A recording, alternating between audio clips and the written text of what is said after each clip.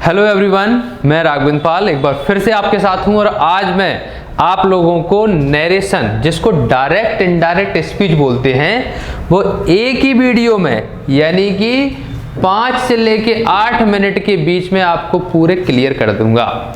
अगर आपको डीप में समझना है, आप चाहते हो कि हम नरेशन को बहुत अच्छे से समझें, तो ऊपर आई बटन आपको दिखाई दे रहा है, इस पर क्लिक करें। ये पार्ट नंबर 1 होगा नरेशन का। अगर आप डीप में पढ़ना चाहते हो तो फिर एक और वीडियो देखना पड़ेगा। मतलब 2 वीडियो मैं पहले से अपलोड कर चुका हूं नरेशन के, उनको आराम से देख लेना अगर डीप में पढ़ना है तो। आज मैं क्या कर रहा हूं, बहुत ही शॉर्ट में, जिन लोगों को पहले से ही नरेशन आते हैं उन लोगों के लिए ये वीडियो है। बिल्कुल शॉर्ट में आपको एक एक चीज क्लियर करवा दूंगा। तो देखिए, ध्यान दीजिए। कोई भी जब सेंटेंस हम लोग लिखते हैं, नरेशन का कोई पार्ट होता है, हम सबको पता है कि वो डायरेक्ट और इनडायरेक्ट में बटा हुआ होता है। कोई बात डायरेक्ट बोली जा रही है तो उसको हम डायरेक्ट स्पीच बोलते हैं, और उसको दूसरा मतलब घुमा के बोला जा रहा है तो उसको इनडायरेक्ट स्पीच बोलते हैं। अगर मैं बात करूं तो एक डायरेक्ट स्पीच की, मतलब कि डायरेक्ट और इनडायरेक्ट स्पीच की 5 भागों में अपन लोग बांट सकते हैं: statement, interrogative, double interrogative, imperative, optative और एक्सक्लेमेटरी। तो 1, 2, 3, 4, 5 और 6 ये दोनों एक ही होते हैं, इसलिए 5 भागों में अपन लोग बोलते हैं कि 5 भागों में हम लोग एक सेंटेंस को बांटते हैं। अब अगर कोई स्टेटमेंट सेंटेंस है, स्टेटमेंट या असर्टिव का मतलब होता है अफर्मेटिव और नेगेटिव वाले।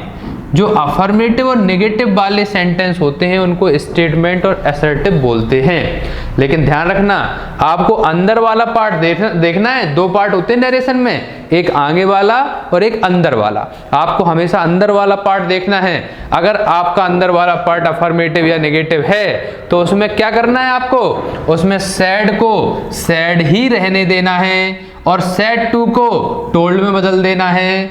और ये जो पार्ट लिखे हैं मैंने, ये हमेशा कंजक्शन के रूप में लेना है। कंजक्शन का मतलब होता है 2 सेंटेंसों को जोड़ने वाला। फिर मैं एक बार बोल रहा हूं, डीप में पढ़ना है, वीडियो पुराने वाले देखो। ये शॉर्ट में थोड़ी देर में हम लोग नरेशन क्लियर कर देंगे, वो वाला वीडियो है। तो हम समझ गए कि स्टेटमेंट यानी कि अफर्मेटिव और नेगेटिव वाला सेंटेंस होगा, सैड को सैड ही रखेंगे और सैड टू को टोल्ड में बदल देंगे और कंजक्शन हमारा दैट लगा देंगे। इंट्रोगेटिव, डबल इंट्रोगेटिव की बात करें तो भैया इंट्रोगेटिव में सैड हो चाहे सैड टू, दोनों को आस्क्ड में बदलते हैं और इफ या फिर वेदर, दैट की जगह इफ या फिर वेदर आ जाता है। ये जो इफ है वो हर जगह आता है और वेदर हमेशा कंडीशनल चीजों को दिखाने के लिए आता है। कंडीशनल मतलब है या नहीं है, और नॉट वाली स्थिति, जहां और नॉट आ जाए वहां पर हम वेदर का प्रयोग करते हैं, बाकी हर कहीं आप इफ का प्रयोग ही करोगे। तो ये जो बूस्ट क्लास है आपकी, ये वाला जो वीडियो बूस्ट वाला है, उसमें आपको ध्यान रखना है कि आपको स्टेटमेंट और असर्टिव का क्वेश्चन आता है तो सैड सैड में ही रहने दोगे और सैड टू को टोल्ड में, और दैट कंजक्शन, और इंट्रोगेटिव में सैड हो चाहे सैड टू उसको आस्क्ड में बदलेंगे, और इफ या फिर वेदर में से कोई एक चीज आप तो इफ याद कर लो।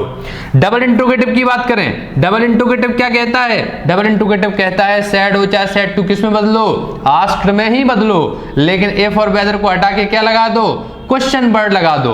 समझ गए कि नहीं? क्वेश्चन वर्ड क्या होता है, व्हाई, वेयर, व्हाट, हाउ, ये सब लगाना पड़ेंगे आपको। ठीक है, समझते जाओ। आगे बढ़ते हैं। इंपरेटिव सेंटेंस को मैं 5 भागों में बांट रहा हूं।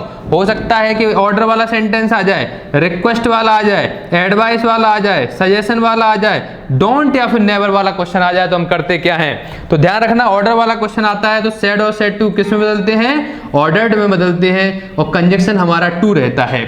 हमेशा वर्ब की फर्स्ट फॉर्म से सेंटेंस स्टार्ट करेंगे तो टू ही कंजक्शन लगाएंगे।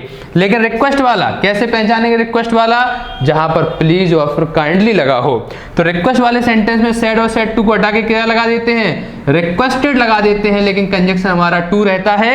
एडवाइस वाले सेंटेंस में सैड और सैड टू को हटा के एडवाइस्ड लगा देते हैं, लेकिन कंजक्शन हमारा टू रहता है। उसके बाद सजेशन वाला सेंटेंस, आपको पता होगा जहां हम लेट्स लगाते हैं, लेट्स, वो सजेशन वाला सेंटेंस होता है। जैसे let's go there, let's come here, let's play, ये सजेशन वाला सेंटेंस होता है। इसमें सेड और सेड टू को हटा के क्या लगाया जाता है, सजेस्टेड लगाया जाता है। और कंजक्शन जो होता है वो हमारा दैट रहता है, और लेट्स को हटा के बी शुड बी लगाते हैं। ध्यान करो, जो वीडियो मैंने डाले थे उसमें एक एक चीज मैंने बताई गई थी, यहां पर मैं आपका रिवीजन करवा रहा हूं। आगे बढ़ते हैं। डोंट और नेवर वाला क्वेश्चन आ जाए, सेड और सेड टू को हटा के क्या लगाओगे, फॉरवर्ड लगाओगे। कंजक्शन क्या होगा, टू हमारा कंजक्शन होगा, और टू के साथ वर्ब की फर्स्ट फॉर्म आती है, हम सबको पता है। तो डोंट और नेवर को हटा देंगे। समझ में आया कि नहीं, पूरे में रिवीजन करवा चुका हूं।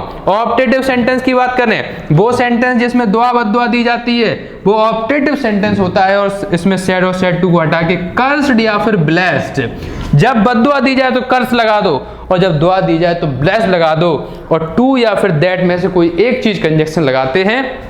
आप पूछोगे कब लगाओगे, तो जब सेंटेंस का अंदर वाला पार्ट वर्ब की फर्स्ट फॉर्म से स्टार्ट हो तो हम लोग टू लगाते हैं, और अंदर वाला पार्ट अगर सब्जेक्ट से स्टार्ट हो तो हम लोग क्या लगाते हैं, हम लोग उसमें दैट लगाते हैं। डीप में पढ़ना है, पुराने वीडियो देखिए। आगे बढ़ते हैं। एक्सक्लेमेटरी सेंटेंस की बात करें, वो सेंटेंस जिसमें हम लोग तीन फीलिंग बताते हैं, खुशी वाली, दुख वाला या फिर सरप्राइज वाली फीलिंग आती है, उसके लिए हम लोग एक्सक्लेमेटरी सेंटेंस यूज करते हैं। सैड और सैड टू को इसमें किस में बदल देते हैं, एक्सक्लेम्ड विद सॉरो, जॉय या फिर सरप्राइज, जैसी फीलिंग होगी उसको शब्द को लिख देंगे। दुख वाली फीलिंग होगी एक्सक्लेम विद सॉरो लिख देंगे, खुशी वाली होगी एक्सक्लेम विद जॉय लिख देंगे, और सरप्राइज वाली होगी तो एक्सक्लेम विद सरप्राइज लिख देंगे, और कंजक्शन हमारा दैट रहेगा। भैया समझ में आ चुका होगा।